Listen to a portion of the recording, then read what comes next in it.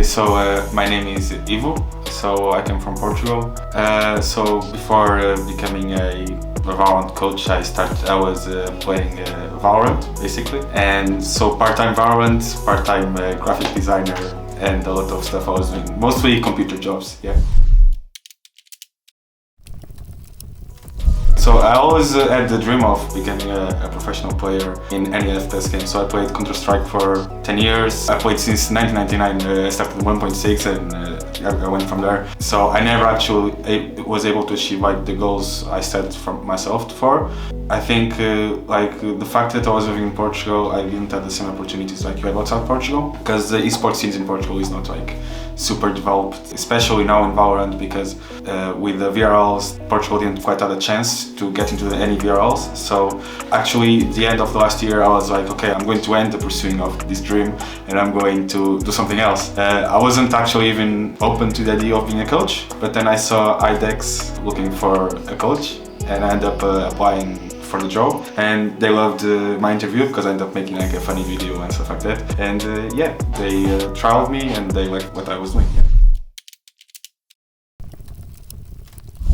So my role in the team is basically prepare the guys for the officials. Not only that obviously, but is mostly prepare the guys for the officials and also try to make them improve the gameplay, how they are playing together, strategy, fixing the mistakes. We spend a lot of time doing VOD reviews, fixing the mistakes, and I think since I joined the team there was a quite significant difference like in the improvements of the gameplay the guys were doing just before. And in such a short amount of time you can also already like see a huge improvement in the game, you know? Yeah, you can say now it's my full-time job.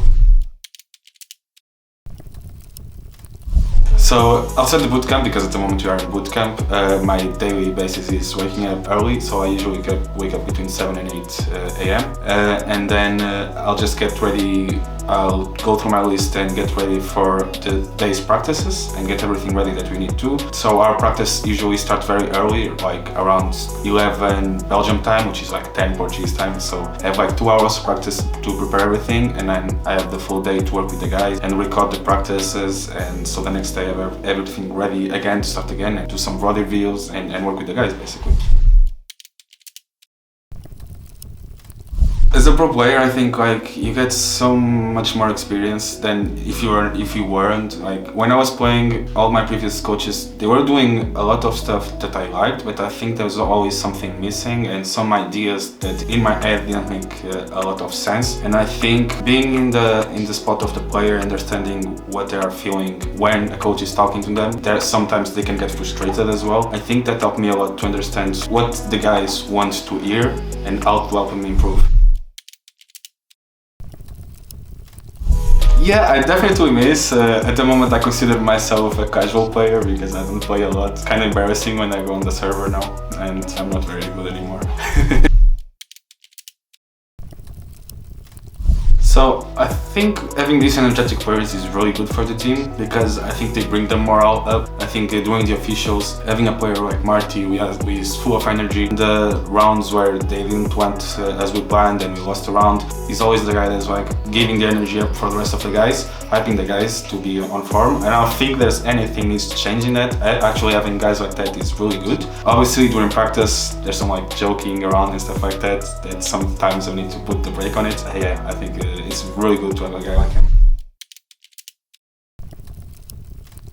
So I think a lot of players have the thought of like, oh, you need to have 5 insane, brilliant individual players to form a team. And if that was the case, you'll just put like the 5 best players in the world and let's go guys, we can win everything. And it's not that. I think at the moment in Valorant you have a really huge problem where like people are very egocentric and like they think they're really good and I'm not playing with that guy because he's not as good as me. But in my opinion, like having the good team play and playing as a team, playing as a block, trading each other, doing everything and working together to the same goal without feeling superior to another, it's what makes the best teams, like the best teams in the world.